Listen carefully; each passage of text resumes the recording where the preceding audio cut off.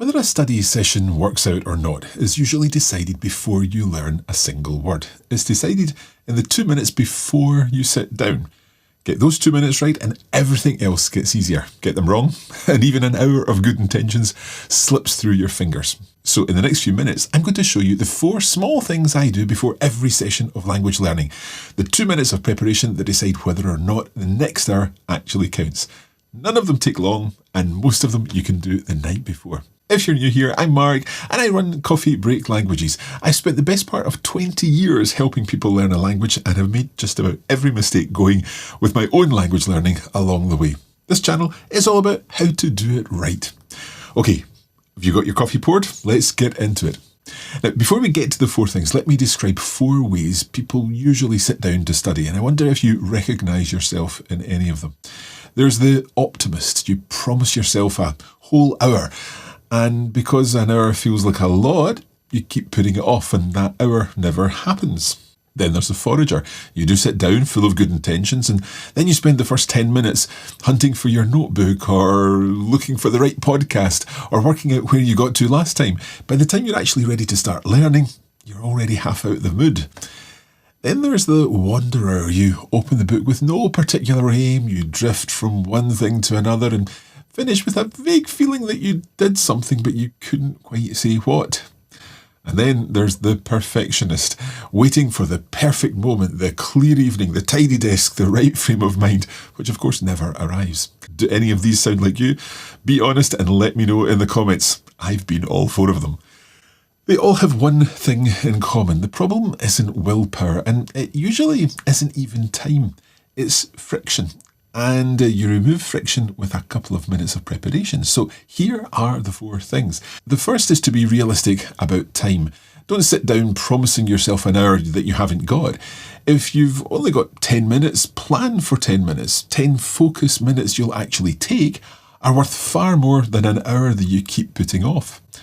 The second is to choose one small aim, and I mean small. Not learn the perfect tense, not master the subjunctive. Something like learn to use the verb to go in the imperfect tense. Or reread yesterday's passage and pick out 5 new words. One clear, achievable thing that you can actually tick off. And if you can, write it down the night before so that you don't have to decide in the moment. The third is to decide where and when. Maybe it's the kitchen table with a hot coffee. Maybe it's your favourite chair where you always feel relaxed. Pick the place, put the time in your diary the way you would any other appointment. The more specific you are, the more likely it is to actually happen. And the fourth is to have everything ready. Your notebook out on the desk, the episode already downloaded, the app already open on your phone. The whole point is to remove every little obstacle between you and the language so that when your moment comes, there's nothing left to do but start. Let me show you what that looks like in practice. Tonight, before bed, I decide, okay, tomorrow morning, 10 minutes at the kitchen table with my coffee.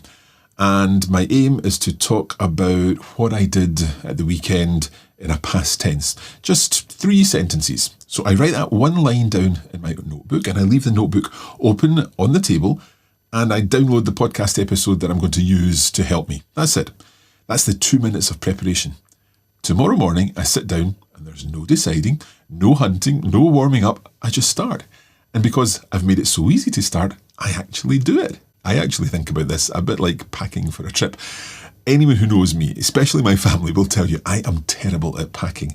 I never travel light. I always leave it to the last minute and I always take far too much. Mostly cables and camera bits for every eventuality that I never end up using. And every time the trip starts in a bit of a panic because I'm still throwing things in a bag at the last minute as we need to leave for the airport. But on the rare occasion I've packed the night before, calmly, just packing the things I actually need, the whole trip begins differently. Preparation doesn't make the trip, but it decides how it begins. And your study session is exactly the same. The 2 minutes of packing beforehand change how the whole thing feels. So what does this look like over a week? You don't need to overhaul anything. Just pick 2 or 3 sessions over the next few days and prepare each one like this the night before. One small aim, a time and a place, everything ready. And then notice how different it feels to sit down already knowing exactly what you're doing. And I think you'll find that you get straight into the learning instead of spending 10 minutes getting ready to get ready. So let's recap. The 2 minutes before you sit down are the 2 minutes that matter most. 4 things. Be realistic about the time.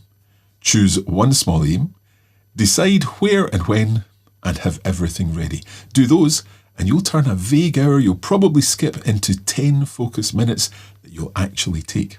If you'd like a reminder about all of this, I've put together a 1-page summary that you can print and stick above your desk, the 4 things on a single sheet. The link's in the description, and if this was useful, do subscribe to the channel because it's exactly the sort of thing that we talk about here every week. Until the next time, thanks for watching and happy coffee breaking.